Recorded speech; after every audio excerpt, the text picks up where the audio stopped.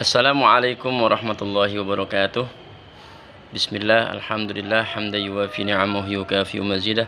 Asyhadu an la ilaha illallah wahdahu la syarikalah wa asyhadu anna sayyidina wa nabiyyana Muhammadan abduhu wa rasuluhu la nabiyya ba'dah.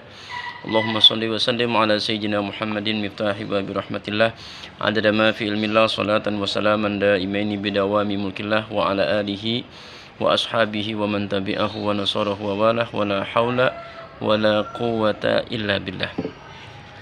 Anak-anakku sekalian yang dirahmati oleh Allah Subhanahu wa taala, mudah-mudahan kita semua mendapatkan berkah dan rahmat dari Allah Subhanahu wa taala. Terkhusus hari ini alhamdulillah kita dapat berjumpa dalam kegiatan pembelajaran pendidikan agama Islam. Mudah-mudahan hari ini tetap semangat kita semuanya dan mudah-mudahan ada manfaat yang kita dapat ambil, ada pelajaran yang dapat kita ambil untuk dapat kita praktekkan dalam kehidupan kita sehari-hari. Amin amin ya rabbal alamin. Hari ini masih seputar ibadah sholat, karena pembahasan kita adalah seputar tentang sholat. Oleh karenanya saya akan sedikit membahas seluk-beluk tentang sholat ya.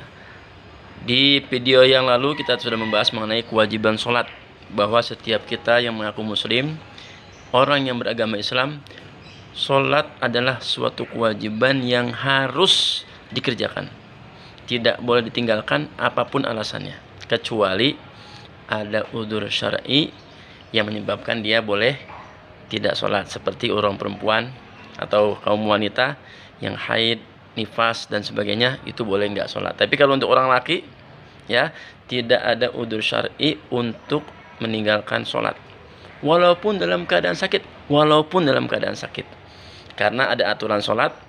Kalau nggak bisa berdiri, duduk; kalau nggak duduk, berbaring; kalau nggak berbaring, dengan isyarat; kalau nggak bisa juga disolatin. Nah, jadi untuk kita kaum laki-laki atau pria, tidak ada istilah nggak sholat karena ada udzur, nggak ada. Tapi kalau untuk yang wanita, ada udzur syar'i yang mereka boleh meninggalkan sholat. Artinya kalau sholat dosa, masa lagi haid sholat, itu namanya tidak boleh. Oke, itu kemarin kita pembahasan kita mengenai kewajiban sholat ya. Jadi intinya setiap orang yang mengaku muslim wajib melaksanakan sholat, karena sholat adalah tiangnya agama. Oke, hari ini kita membahas seputar teknis pelaksanaan sholat. Nanti kita akan kupas sedikit demi sedikit mengenai syarat wajib sholat, syarat sah sholat, rukun sholat, sunnah-sunnah sholat yang membatalkan sholat, dan pada akhirnya nanti kita akan mempelajari gerakan dan bacaan sholat. Nah, disitulah waktunya kita praktek ibadah sholat. Saya yakin kalian sudah paham dan sudah hafal mengenai kegiatan atau ibadah sholat. Namun demikian, agar lebih memantapkan apa yang sudah kita ketahui, biar lebih mantap ibadahnya, kita pelajari lagi. Oke, sebelum kita mulai, mari sama-sama kita baca doa, kita baca Fatihah. Jadikan doa, mudah-mudahan kegiatan kita hari ini diberikan keberkahan oleh Allah Subhanahu wa taala.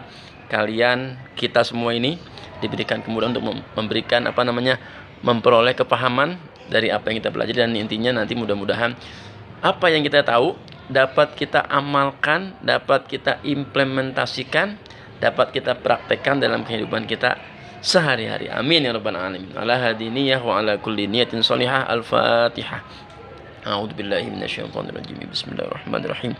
Alhamdulillahirabbil alamin arrahmanir rahim maliki yaumiddin.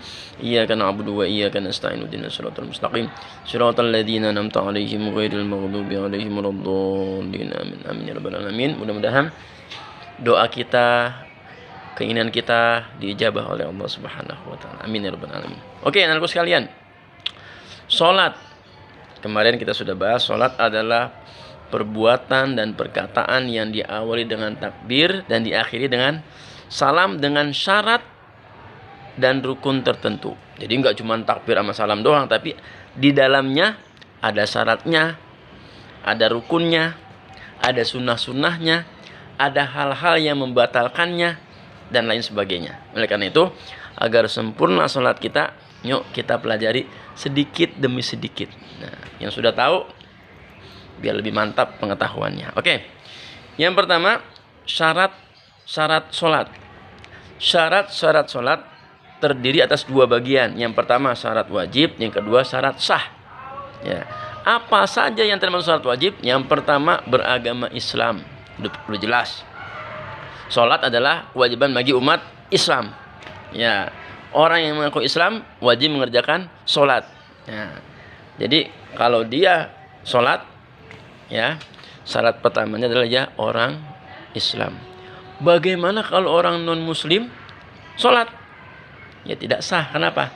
Syarat pertamanya tidak terpenuhi. Ya, jadi syarat wajib sholat yang pertama adalah beragama Islam, seorang Muslim. Jelas? Kita semua alhamdulillah adalah sebagai seorang Muslim. Jadi kita termasuk kategori yang pertama mengenai syarat wajib sholat. Yang kedua sudah baligh. Nah, tentu kalian juga sudah mengetahui apa itu baligh. Baligh itu batas usia ketika seseorang itu terkena hukum syariat. Ya. Bagi laki-laki batas baligh itu ya sudah berumur 15 tahun minimal. Kemudian kalau belum 15 tahun bermimpi basah atau junub. Ya, nanti kalian nanti akan ketemu dengan hal itu. Ya, itu mewajibkan mandi. Nah, ketika itu sudah berlaku, maka itu tanda kalau seseorang itu sudah balik. Ya, mungkin ya barangkali sudah ada yang menemui masa itu. Tapi nanti setiap orang pasti akan menemui masa itu. Dan ketika menemui itu, maka itu adalah batas balik. Sedangkan bagi perempuan sama juga tadi umurnya 15 tahun minimal. Kemudian sudah keluar darah haid. Nah, keluar darah haid tidak terbatas pada usia 15 tahun. Ya, ada yang umurnya 10 tahun udah haid ada. Ada yang 11 tahun udah haid ada. Ada yang 12 tahun udah haid ada. Bahkan ada umur 9 tahun sudah haid ada. Ketika dia sudah haid, walaupun umurnya baru 12 tahun, baru 11 tahun, baru 10 tahun, dia sudah balik. Pak, kan umur saya belum 15 tahun. Kamu udah haid? Udah, Pak. Balik. Ya. Pak, umur saya 15 tahun, tapi saya belum haid. Balik. Ya. Kenapa? Umurnya sudah mencapai 15 tahun. Ya. Umur 15 tahun haid. Sebelum 15 tahun tapi udah haid, balik. Begitu sama tadi laki-laki. Umur 15 tahun balik. Sebelum 15 tahun udah mimpi mamanya, ya, mandi wajib, maka dia sudah haid, ya, gitu, junub, ya. Kemudian yang ketiga berakal. Jadi maaf tidak hilang akal atau kalau bahasa Inggrisnya crazy, hilang akal atau bahasa kita gila lah seperti itu ya. Kalau orang gila tidak wajib sholat, ya, walaupun dia setiap hari nggak sholat, ya nggak dosa. Kenapa? Akalnya tidak sempurna, hilang akal. Jadi yang berkewajiban mendirikan sholat adalah orang yang berakal, punya akal. Tuh. Makanya banyak orang menyimpulkan kalau nggak sholat berarti orang yang nggak sholat itu orang yang tidak berakal. Kalau ada orang yang nggak sholat tanpa ada sebab berarti dia, wah ya, itu terlalu ya menyimpulkan secepat itu ya. Jadi syarat ketiga adalah berakal ya. Jadi akalnya tidak hilang ya. Kalau bahasa kita mah bukan orang gila gitu ya. Sehat jiwanya, sehat raganya. Kemudian yang keempat, suci dari haid dan nifas. Ini bagi wanita. Orang wanita ya, remaja putri, ibu-ibu, emak-emak, ketika dia sedang haid, maka dia tidak boleh sholat. Tuh. Mentang-mentang rajin nih tiap hari sholat, begitu haid, wah, saya mah kalau nggak sholat kayaknya nggak enak rasanya. Kalau nggak sholat kayaknya gimana gitu perasaan. Lagi haid dia sholat juga, itu bukan malah dapat pahala, malah dapat dosa. Ya, mestinya boleh nggak sholat, mestinya jangan sholat, dia sholat. Itu salah namanya, salah persepsi. Ya, jadi ketika dia itu haid atau nifas bagi orang tua, emak-emak ya, ibu-ibu ya, maka dia tidak boleh sholat. Tuh, jadi suci dari haid dan nifas. Selama dia suci, tidak haid, tidak nifas, maka wajib dia mengerjakan sholat. Kalau dia lagi datang bulan, dia lagi haid, atau ibu-ibu setelah melahirkan dia mengeluarkan darah nifas, maka dia tidak boleh sholat. Tuh. Ya, jadi ada masa-masa untuk kaum wanita dia boleh tidak sholat ketika dua darah haid, ketika nifas, setelah melahirkan. Itu boleh tidak melaksanakan sholat karena ada uzur yang disyariatkan oleh agama. Kemudian yang kelima, telah mendengar ajakan dakwah Islam. Artinya dia sudah masuk Islam, sudah ada ajakan, dia sudah tahu ada orang, ada pendakwah, ada dai, ya, ada ustadz yang menyampaikan tentang ini kepada dia. Kalau orang pedalaman, kemudian dia belum ada yang ngasih tahu, ya dia tidak berkewajiban. Tapi kalau dia udah dikasih tahu, tapi dia nggak ngerjakan, nah itu dosa, gitu ya. Kemudian yang kedua, tadi itu syarat wajib. Yang kedua syarat sah. Jadi yang menyebabkan itu orang itu sah atau tidak sholatnya, ini harus terpenuhi. Yang pertama apa? Tadi suci dari dua hadas. Apa itu dua hadas? Hadas besar, hadas kecil. Apa itu hadas kecil? Hadas kecil adalah sesuatu yang mengharuskan kita untuk berwudu atau tayamum untuk bisa menjadi suci. Nah, contoh hadas kecil, maaf, buang air kecil, buang air besar, kemudian buang angin, kemudian bersentuhan antara laki-laki dan perempuan tanpa penghalang yang bukan mahramnya. Ya, itu termasuk hadas kecil.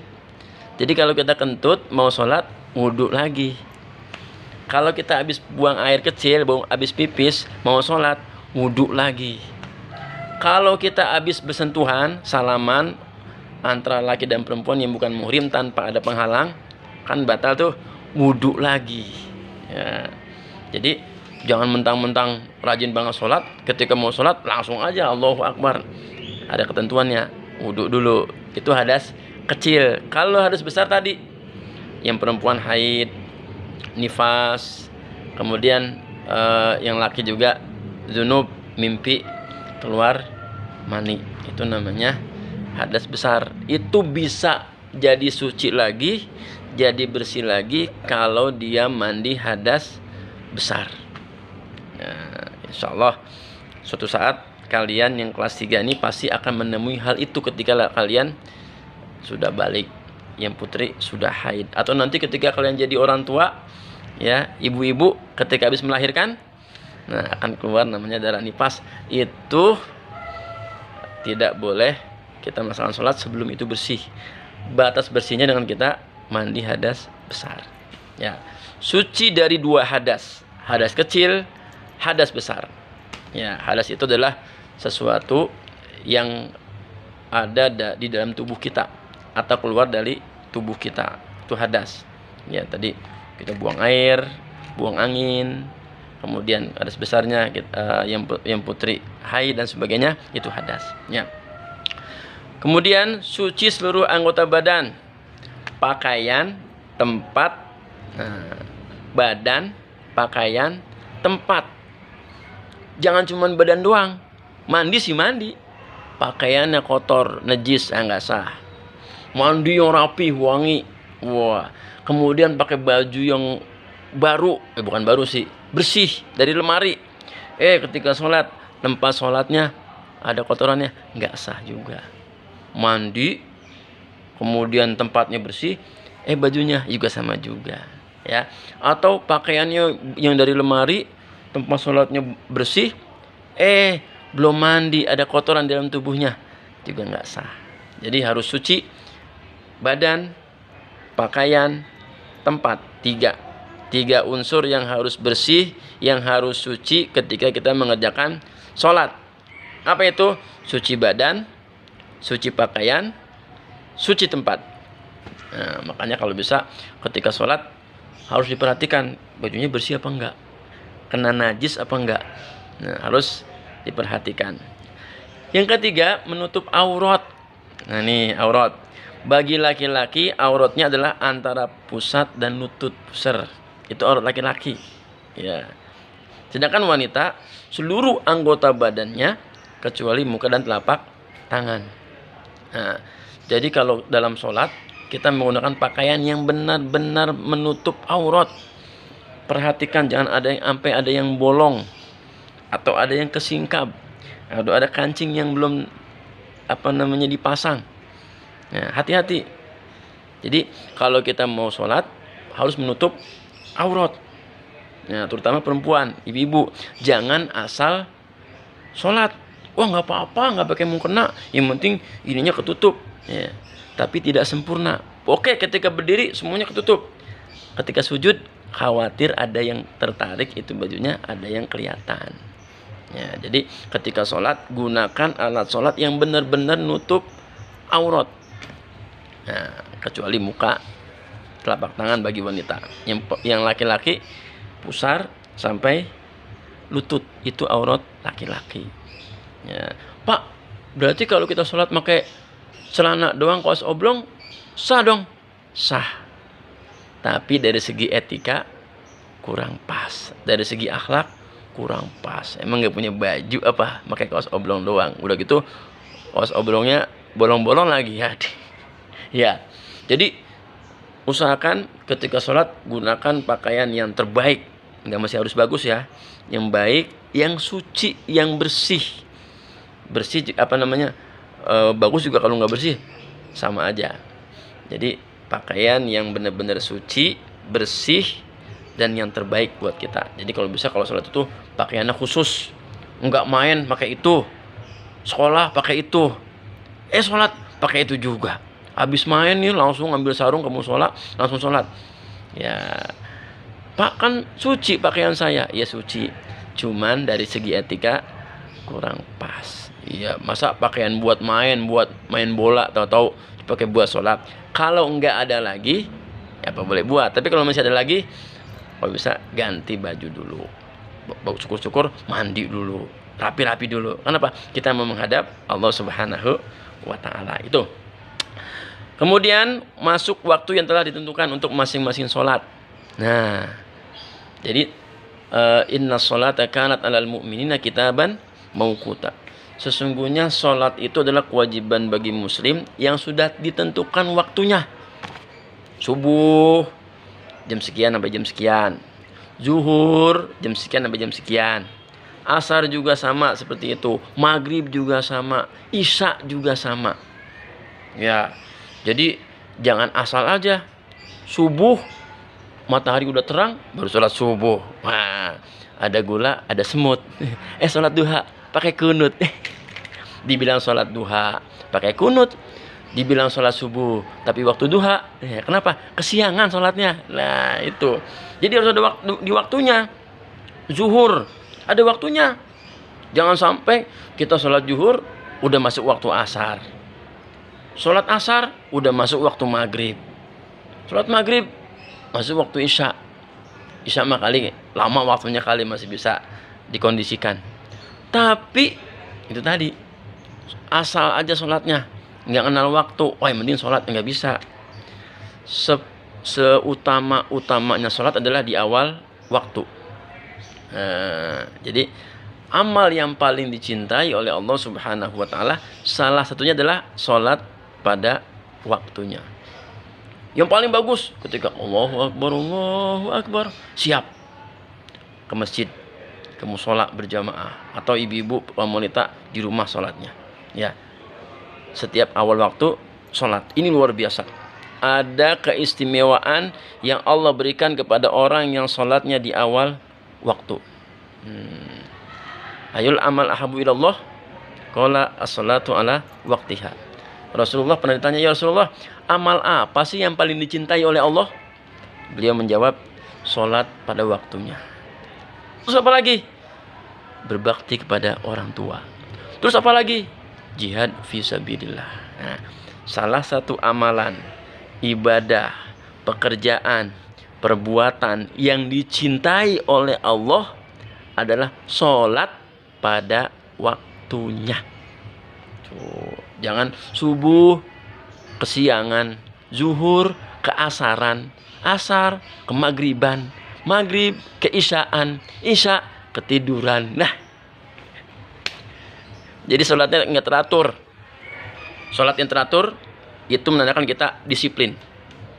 Sholat pada waktunya dan kita menyesuaikan itu semua, itu menandakan kita orang yang disiplin.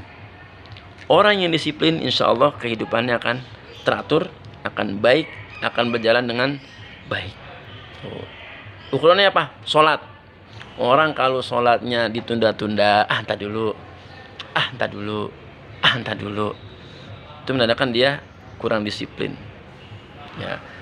Kalau ada mungkin ada kegiatan yang tidak bisa ditinggal, nanti sholatnya belakangan, itu mungkin bisa dimaklumi. Tapi ini lagi main HP, lagi main game, nonton sinetron, waktu sholat, tadi dulu tanggung, nih dikit lagi.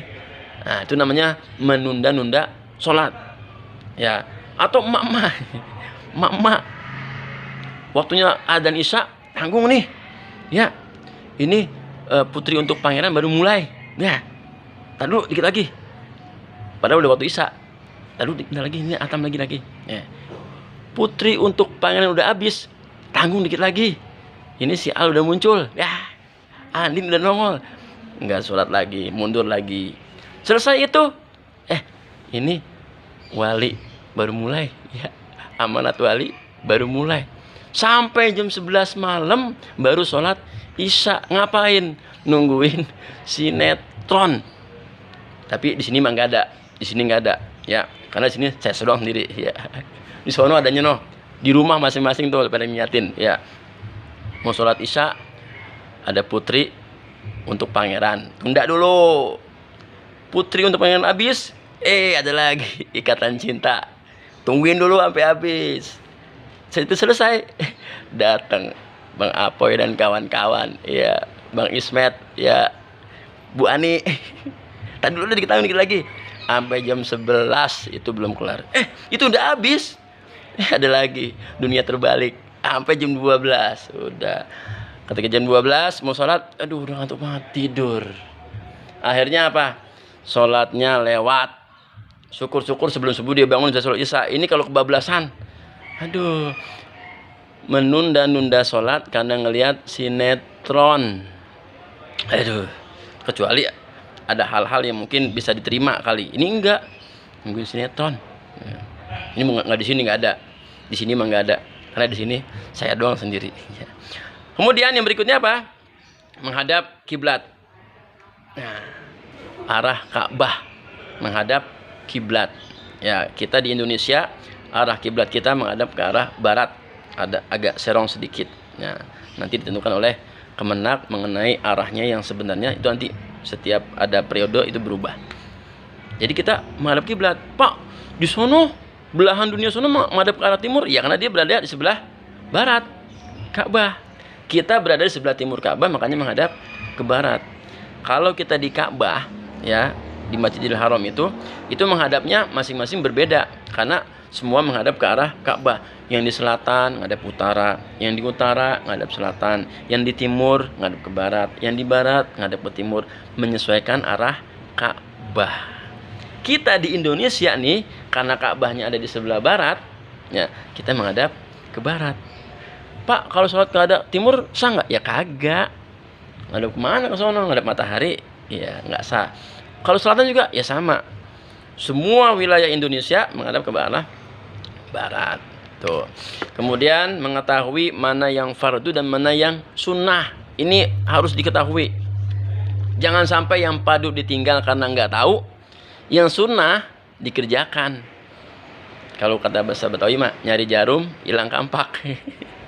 Yang rukunnya kagak dikerjain, yang sunnahnya malah dikerjain, kebolak-balik, akhirnya nggak sah sholatnya. Apa saja fardu dan sunnah itu nanti kita bahas pada pertemuan berikutnya. Apa itu rukun sholat, apa itu sunnah-sunnah sholat, apa saja yang membatalkan sholat. Nanti kita akan bahas. Ya, untuk hari ini kita hanya mengetahui syarat sah sholat itu, mengetahui mana yang wajib, mana yang rukun, mana yang sunnah. Salah satunya yang rukun itu apa? Membaca surat Al-Fatihah. Itu salah satu rukun sholat. Nanti ada beberapa rukun sholat akan kita bahas di pertemuan berikutnya agar lebih jelas semuanya. Ya, jadi itu nggak boleh ditinggal tuh rukun sholat tuh. Ya, ini mah kebalik karena nggak paham, belum paham. Yang rukunnya ditinggal, yang sunnah malah dikerjakan, kebolak-balik. Kemudian menjauhi perkara-perkara yang membatalkan sholat. Apa saja itu? Nanti akan kita bahas pada pertemuan selanjutnya. Jadi sholat itu harus tahu, nih batal nggak nih kayak gini nih. Harus tahu. Lagi sholat kentut, terus saja sholatnya nggak sah. Ya. Kenapa dia nggak membatalkan sholat? Karena nggak paham. Nah, makanya kita belajar. Kita belajar apa saja itu yang membatalkan sholat, agar supaya ketika kita sholat, kita melakukan hal-hal yang membatalkan itu, kita sudah mengetahuinya. Oh, saya batal, harus wudhu lagi. Kentut, mamanya, maaf, buang angin, ya. Buang angin lagi sholat. Walaupun nggak bunyi, Pak, itu nggak bunyi. Pak, tapi nggak bau. Walaupun nggak bau, tapi kerasa, ya. Apalagi kalau bau bunyi juga, bau juga, itu mah udah batal itu mah, ya. Jadi ada orang yang ketika dia buang angin, lanjut sholatnya, kenapa? Nggak paham. Ya, jadi harus paham apa-apa yang membatalkan sholat. Ya, makan juga umpamanya lagi sholat sambil ngunyah, itu batal sholatnya. Sholat sambil makan permen juga batal sholatnya. Itu nanti akan kita bahas di bab atau di pelajaran mengenai hal-hal yang membatalkan sholat. Ya, hari ini yang kita bahas adalah tentang syarat wajib dan syarat sah sholat. Mudah-mudahan penjelasan mengenai hal-hal yang terkait dengan sholat ini dapat kita pahami bersama, dan insya Allah lebih menyempurnakan ibadah sholat kita agar lebih baik, lebih sempurna, dan insya Allah mendapatkan pahala yang berlipat ganda di sisi Allah Subhanahu wa Ta'ala. Itu saja yang Pak Yusuf sampaikan pada pertemuan kali ini. Mudah-mudahan bukan hanya dari penjelasan ini saja, kalian bisa mengambil ilmu dari materi-materi lain yang bisa kalian jadikan rujukan dan juga bahan perbandingan. Insya Allah mudah-mudahan dengan kita mempelajari sholat ini, sholat kita semakin sempurna, dan insya Allah termasuk muslim sejati yang istiqomah menjalankan sholat, dan orang-orang yang dicintai oleh Allah Subhanahu wa Ta'ala. Salah satu golongan yang dicintai oleh Allah adalah orang yang sholat pada waktunya. Syukur-syukur, bagus lagi, berjamaah. Wah, itu lebih mantap lagi. Udah di awal waktu, berjamaah lagi. Ya, mudah-mudahan kita semua diberikan kemudahan oleh Allah, diberikan kekuatan oleh Allah, dan keistiqomahan oleh Allah untuk dapat menjalankan sholat dengan sebaik-baiknya. Dan mudah-mudahan kita berusaha mempelajari tentang sholat agar supaya sholat kita lebih sempurna dan lebih baik lagi. Oke, terima kasih atas perhatiannya. Mohon maaf apabila ada hal-hal yang kurang berkenan. Jika ada hal-hal yang kurang jelas, bisa ditanyakan langsung kepada saya. Mudah-mudahan kita semua diberikan petunjuk oleh Allah Subhanahu wa Ta'ala untuk berada di jalan yang lurus dan menuju Allah Subhanahu wa Ta'ala dengan lebih baik lagi. Terima kasih. Kita akhiri membaca hamdalah bersama-sama. Alhamdulillahirabbil alamin. Wallahul muwaffiq ila aqwamit thoriq. Wassalamualaikum warahmatullahi wabarakatuh.